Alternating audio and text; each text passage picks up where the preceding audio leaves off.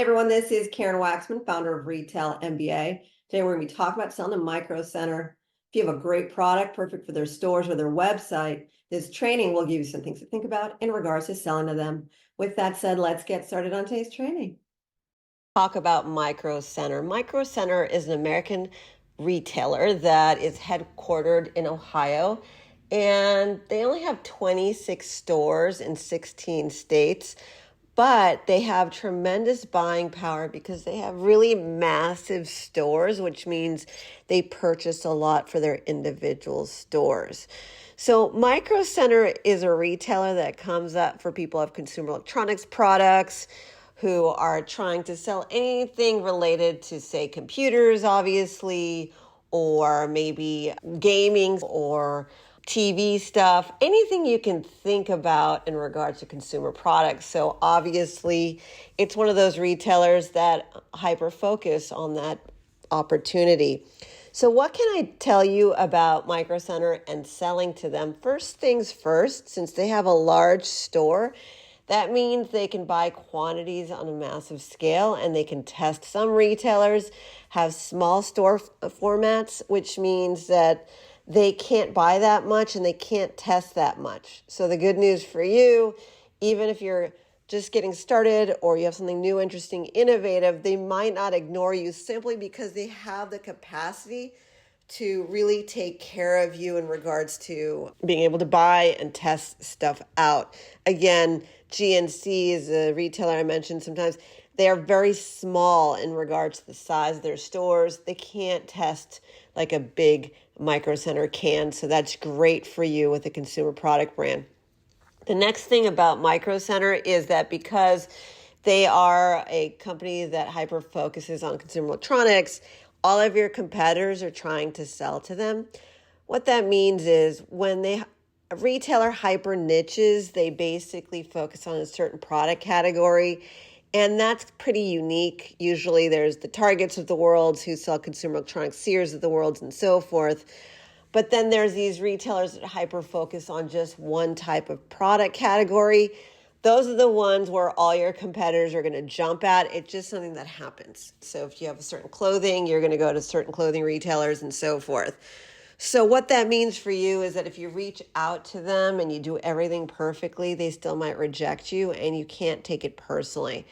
That's because they've seen every single type of product in your particular category. They're so hyper-focused that it can backfire on the guy who's just trying to get their products into a niche retailer. And I'm here to tell you it's got nothing to do with you most of the time. It just has to do with people coming after that retailer who have similar products to yours, and a lot of them, and they've seen it all. And so you're going to just have to come to terms that if they say no to you, don't ignore that retailer. Just go find other retailers that are possibly a company that would buy from you. Show some proof of sales, come back to a Micro Center and keep pushing them until you get into that store.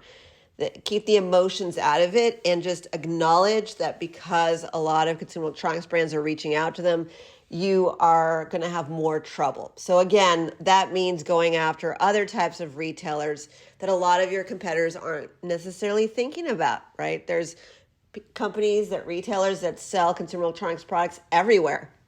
Just go to those places and then come back to a Micro Center to support you if that retailer rejects you. So I hope that makes you feel better. The final thing I'll tell you about Micro Center is that they basically do something called private labels sometimes for certain product categories. And the reason that matters is that if you have a product and you don't mind your name not being on the packaging, that would be another avenue for a competitive product category. So what that means is you can sell your product directly to a retailer with your branded name on the box, or you can sell your product to that retailer without your name on the box, if that makes sense. You would basically work a deal with them where they would buy from you, put it in their packaging, they'll tell you where to go get the packaging from, and you would essentially not exist on the store shelves, but you make a lot of money. It's very common practice, especially with certain really competitive markets. Jewelry, a lot of times they'll do private label instead of putting your brand all over the product itself, maybe fashion, high-end accessories, that'd be different, but the lower end stuff for sure. So for those of you who are selling, say, on Amazon, and you have maybe a cord you sell online that's extra long, or whatever it is that you're selling, that's something that maybe you just bought and resold everywhere and you're doing pretty well, you could go to them and just find the appropriate buyer for that particular situation, which is somebody who is either company owned or private label, and try to go that angle. There's so many things I can tell you about selling your consumer electronics product to retail chains like Micro Center. If you want to learn how to approach, pitch, and sell to retailers, where the money is, how to get retailers to buy, and so forth, please go to our website, retailmba.com.